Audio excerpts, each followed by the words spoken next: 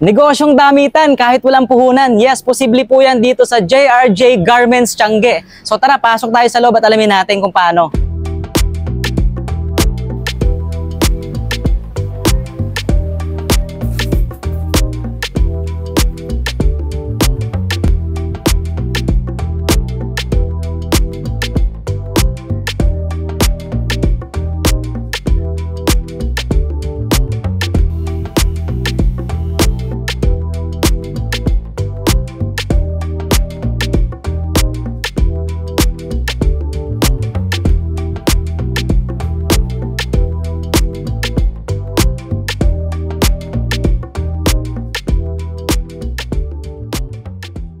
Yan, napakalaki po ng kanilang bodega. So ngayon naman ay makakasama natin si Ma'am RG. Yan, si Ma'am RG po yung magtutur sa atin dito sa kanilang pagawaan ng iba't ibang klaseng mga RTW. So tanong ko lang Ma'am, totoo ba talaga na kahit wala kang puhunan, pwede ka magsimula ng sariling negosyo? Yes po, legit po yan. Mag-ano lang po kayo, mag-ipopost, i-repost nyo po yung mga items namin. Nakawin mo naman po yun sa ating mga private group tsaka sa ating page. I-repost nyo, tapos pag may o-order, sa kanyo na lang po kuhanin yung item kasi payment first dapat po. Yung gagawin nyo. So good news po pala yan, lalo na sa mga ka-savers natin na talagang gustong magsimula ng sarili nilang negosyo ng mga damitan, no? Yes, kasi po. ito kasi mga RTW, ibig sabihin ready to wear na. Yes, so po. meron po tayo dito mga iba't ibang klaseng mga ano Ma'am? Mga ladies wear po, mga sexy dress, Okay. mga bodycon dress, Oo. mga terno po, ganun po yung mga ano natin dito, mga design po. Mga design. Yes. Ito Ma'am, yung mga nakandito sa sa mga naka-bundle na yan. Ito, ano ba yan? Per pieces po ba ito? Or, Yes po, per piece po. I mean per bundle. Yes po. Okay, so mga ilan po ba ang laman kada bundle? For example, yung mga ganito. Mga ano po, ang isang plastic po nito, mga 200 to 250 pieces po yung Okay, so 200 pieces yung mga ganito. Opo. Or meron din siguro 100 pieces. Yes po. Depende po siguro sa bundle na kukunin, no? Yes po. Nagre-range ba magkano per bundle? May item po tayong nagre-range lang po. Starting 10 piso po. 10 piso. Yes Ayan po. guys ha, sa halagang 10 piso, meron ka nang mabibili dito sa kanilang bodega. Imagine 10 piso, pwede ka na magsimula ng sarili mo negosyo. Yes. Napakatindi nun at napakamura talaga nun. Parang mga dress ba ang tawag dito, Ma'am? Or ano ba Tops to? po ito. Mga tops. Pwede pong isuot ng tops, pwede din Okay. pong magiging skirt po Skirt. siya. Nakapost po yan sa ating group tsaka page po yung Okay. pictures. So lahat ng mga items or lahat ng klase ng mga meron sila dito tulad niya, no? So ito naman Dress po. dress na to, Yes no? po. Ayan guys, so di ba? So marami po kayong mga pagpipilian dito na iba't ibang klaseng design. Mostly yung mga items nila talaga nagte-trending.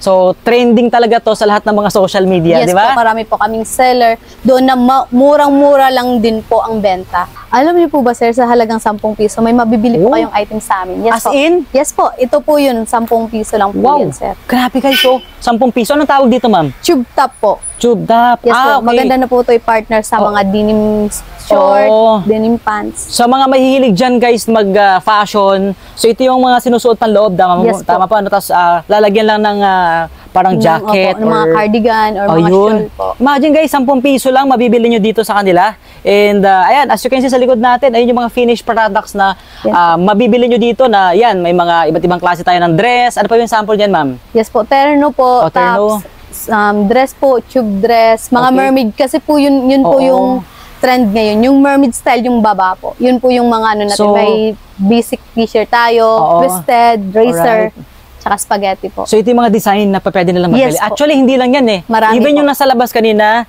yung sa may mga mannequin po. mannequin doon sa labas na naipakita natin sa kanila. So yun yung mga trending talaga, Ma'am, na Yes po. mabenta. At Mabenta. saka kayo lang talaga yung merong ganun. Yes po, may mga ganitong print po. So ibig sabihin, po. wala kayong makikita mga ka-savers na Ganitong ibang print. klaseng design or mga print.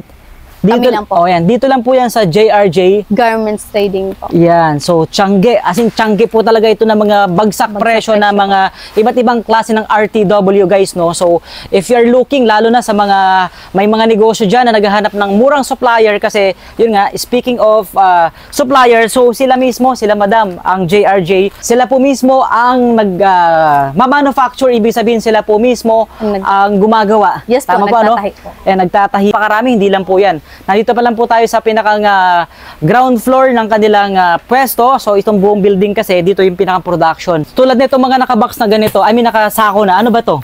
For ano po ito? For shipping po, bound to Cebu po, sa Colon, Cebu. Yes po. Napakalayo. So ibig sabihin, nag-accept din kayo ng shipping po. nationwide? Yes po. Okay. Basta bulky lang po yung order. Pero So, pag hindi po bulk, we cater lalamove po. Okay. Tapos mga pasabay, marami po tayong pasabay po dito. Yun. With minimal charge lang po. Okay, so Yes syempre sila nang bahala nun sa Yes po, regarding sa markup. sa markup ng sa shipping. Yes po, di sila ba? din po. Okay, so pwede guys yun magpasabay, Or pwede rin Lalamove. lalamove. Tapos and shipping then po. Through tracking or via air or via cargo po. Pwede rin. Yes. Basta kayo na rin po ang bahala. Mga ganitong klase mo. So ano mga tawag sa ganito po?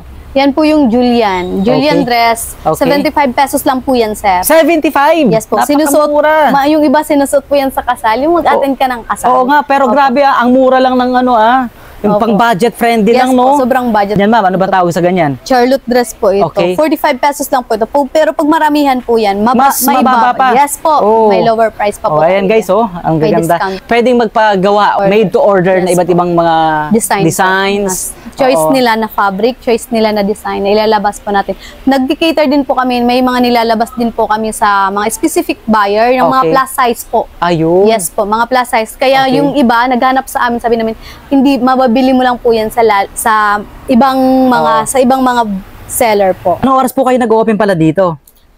Every Monday, Thursday, Saturday, 6 a.m. hanggang 6 p.m. po. Pag other day naman po, Tuesday, Wednesday, Friday, at Sunday, 9 a.m. hanggang 6 p.m. naman po siya. Napakalawak po guys ng kanilang area dito, no? So ito yung pinakang store nila na kung saan nag-accept po sila ng walk-in. And ang kagandahan nga po dito sa kanila is pwede pong mag-walk-in at kung ano yung presyo na binibigay din nila dun sa, magkano talaga yung pinakang presyo, sa walk-in, ganun din po, same lang din. Pero syempre, mas makakamura po talaga pag boltuhan or bulky yung kukunin nyo. Lalo na yung mga 100 pieces, 200 pieces and up. So, dun po kayo mas makakamura ng malaki. O, diba? So, maraming mga iba't ibang klaseng mga design po yan. Ayun, mga naka-bundle na yan. And yun nga po, nabanggit nga namin kanina na yung mga design na mga ganyan or mga print na ganyang klase, sila lang po yung merong ganito. Okay? At hindi nyo po makikita yan sa iba. Though makikita nyo naman po sa ibang mga store, so possible sila po yung mga nagre-resell or kumukuha din sa kanila directly. Alright? At yun nga, pinakita nga namin sila, madam, kanina dito na meron kayong mabibili sa halagang 10 pesos, 20, actually meron din 20 pesos, 30, at yung nga pinakang max lang na presyo na meron sila dito na nagkakahalaga lang po ng 130 pesos. At can you imagine yung mga design na meron sila dito? Ayan o, yung nasa labas. Nag-range hanggang 130 pesos, meron dyang 75. And syempre, ang iba sa inyo ay nagtatanong kung paano nga ba talaga pinaproseso yung paggawa ng mga garments tulad dito mga RTW na meron dito sa kanila, no? So, yan. Samahan niyo po kami ni ma'am at pupunta namin ngayon ang second floor area nila na kung saan. Ano bang makikita natin dito, madam? Yung mga tela po na nakarolyo pa po, hindi pa po siya tinabas. Ayun. So, tela. Yun yung kanina na may nagbaba dito? Yes po. Yes po, hinakot sa Opo. taas. Yun yung Opo. tatabasin pa lang. Yes po. Alright. So, pasok po tayo sa second floor area nila na kung saan dito nga po yung pinakang location din. Kumbaga, yung pinakang production nyo, dito rin po talaga. Yes po. Okay. Ayun. Tanong ko lang, ma'am, no? Regarding naman po sa mga presyohan sa ibang mga garments din. Masasabi ba natin na talagang pinakamura Yes, tayo? legit po. Kami po ang pinakamababa. Bagkus nga po, tinagurian po Oh. kaming bargain na pwesto sa buong Tiangge dahil sa sobrang baba po Wow. ng items natin. So pag sinabing bargain pala, kilala na o alam na ng mga tao, lalo na yung mga kumukuha talaga, is dito po yan sa JRJ. Yes po, sir. Wow, ayan nga, makikita nyo guys, no, yung mga iba't ibang klase ng mga tela pala. Tela pa po ito. Oo, yun yung mga binaba kanina, di ba? Yes po. Ayan po, so dito tayo ngayon sa second floor area nila. Ibig sabihin, pinakamura po pala talaga sila. At yun Yes ang maganda kasi nga, sila mismo yung rectang, makakabili ka or mabibili mo na mura. Dito na po nilalatag yung mga nakarolyong tela. After po nun, ito po, ginagawa po, kinakat na po yung tela. So yun yung design na Yes kailangan po. makuha. Yes po, yung design po na kailangan magiging out. Oo. So kailangan pala talaga masinsinan or tama yung pagkakahati niya, no? Opo. Kasi pag nagkamali, sayang din yung makapal na tela na to. Yes po. Tama, no? Yes po. So, pwede ba nating malaman ma'am kung anong klase ng tela? Yung ito po, ginagamit natin dito? dito po is crepe po yung tela, yung fabric na ginagamit natin. Okay. Yung iba naman po, mga knitted tsaka spandex po na fabric. Spandex. Magaganda sa katawan yung ganun, ha? Yes po. Hindi siya mainit, so malamig sa katawan. Ayun yung mga, ito na mismo yung pinakang, ano niya, kumbaga ito yung tatahiin. Tatahiin po. Magiging Oo. dress na po ito. Dress na siya. Po. O yan guys, oh. So ito mismo, yung proseso na ginagawa nila dito. Oh. Ayan. Ganyan po ang pagpaproseso ng pagtatabas kung tawagin. Yes. Dito sa JRJ, no, Garments. Okay, so tapos na tayo dito sa kanilang cutting area. Yes, Na kung saan dito nga nilalatag nila, tinatabasan yung mga damit na ginagawa. And then, of course, yun yung pinakita namin sa inyo sa baba. Yes. So ngayon naman, samahan nyo kami sa third floor na kung saan makikita naman natin yung iba nilang mga production pa. Yes. So let's go. Napagkwentuhan nga namin ni ma'am na talagang sila mismo yung pinakamurang bentahan or manufacturing ng mga garments, no? At saka pinakamura talaga. Pag sinabing bargain, so sila po talaga yung kilala talaga dito na nagbebenta ng murang-mura. Ito pa pala ma'am, no? Iba pa pala to. Yes po. So ito pa yung isa pang cutting area. Yes po. Pagpa-pattern. Pagpa-pattern naman. Yes, so bukod din sa baba kanina kasi cutting area na yun ma'am, no? Po, nakat na po yung mga item. Oo. Bago po siya i-cut, Dito pala. ipagkalatag, ipa-pattern siya. Angkop doon po sa design na gusto po nating ilabas. Okay, lalo na Yes, sa client na gusto nila, no? Yung Yes po, sa mga kung anong made to design. order. Yes po. O anong klase. Yan, ito na po pala yung pinakang tinatawag nila na pattern. Yes po. Okay. At ito naman sa kabila, ma'am, ano yan?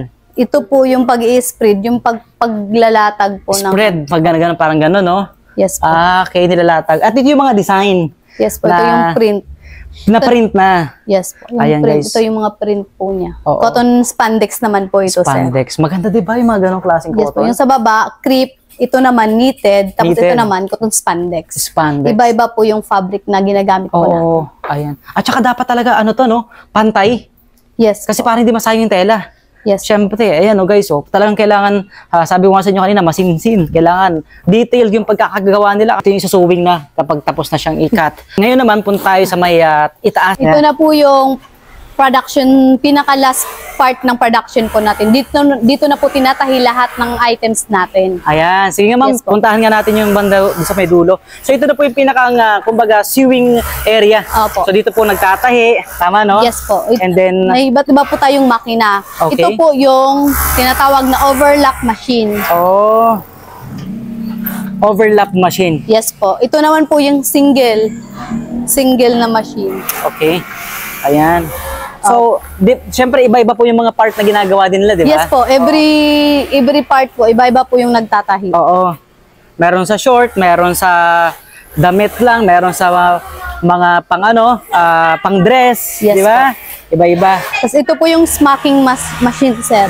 Anong pong tawag diyan, ma'am? Smacking po. Smacking area or Opo. smacking Machine po. machine. Opo. Ito po 'yun? Opo, ito po Okay. yun. Ito po yung resulta niyan. Ito po Oo. yung tinatawag na smacking So na. iba pa yung kanina sa una kasi same lang yung tela niya eh. Same lang Opo. yung design eh. Yun po yung ano niya, yung tinatabas na tela. Tinatabas. Okay. So ito na yung tinatawag na yun nga. Yung pagkakabit ng ano po, garter. Garter na. Ayun. Na garteran po. Oo. And then, same lang din po dun sa kay mother sa kabila. Yes Ayan. po. Ayan. And then, dito naman po, sa kabilang side. Ito po yung ano po ito? smacking machine po, sir. Yan ito po, na yun. itong mga garter thread po siya. Okay. So, kailangan talagang masinsin yung paggawa dyan, bossing, no? Kailangan talagang may pasensya. Oo nga eh. Kailangan laging kumain ng pasensya. Kasi ano siya, mabusisi to eh, no? Yes po, sir. Kasi yung mga sinulid nga, per piece, ayan, yan ang ano pala niyan guys, oh. So, isa-isa mo talaga siyang ipapasok dyan. Yes, Kailangan please. tama yung pagkakakabit Yes, mo. Pag mali, adi mali Pag din yung isang resulta. lagot lang po sa isang linyal, tas-tas na po yun lahat. Wala na lahat. Opo. Babaguhin na naman. Yes po, bagong ano po ulit. Oo, ayun. So, ganito pala ginagawa yan, oh. Oo. At ang resulta niyan, ayun na yun. Oo. Na kung saan, ito naman si ma'am ang tawag dyan, nagbubuo na. Ginugupit pa pala. Okay. Kasi per part pala yun, ma'am, no? Yes po. By part pa pala siya. Opo. Okay. Pinaka-finished product, ito na po yun. Yes po. Kasi kanina kalahati pa lang eh. Yes po. So, kumbaga yung gilid, tinahilan din, no? Opo, iba yung nagtatahi po dito. Oo, Saka yung dinikit lang din. Tapos nagdudugtong. Iba din. Pinagdugtong lang, no? Ayan. Ito po yung litos machine po. Dito po tinatay yung paglilitos. Halimbawa ito po. Sige, sample lang nga natin sir yung paano siya ginagawa. Ito. Parang kinakat niya pala. Pinakulot po. Pinapa? Pakulot po yun. Yan. Kulot na may cut ng kasama kasi cut na no? Ayun no? May cut din, tapos may kulot. Sa design din pala yan, no? Opo. Ayun. And guys, so nakita nyo naman kung paano ginagawa dito sa production area nila, kung gaano ka sinsin or gaano ka busisi yung pagtrabaho nila dito, no? So ibig sabihin, gaano kaganda yung quality na pinuproduce ng kanilang RTW, no? Which is ito nga, JRJ Garments Tiangge. Maraming pong salamat sa inyo lahat sa pagsama nyo sa amin dito sa JRJ Garments Tiangge. So sa mga naghahanap dyan ng murang direct bodega, actually sila talaga mismo yung gumagawa, no? So ito na yung chance nyo na makabili ng mga murang RTW dito sa kanila. And para sa ibang information, pwede nyo pong i-visit sa comment section at description itong video.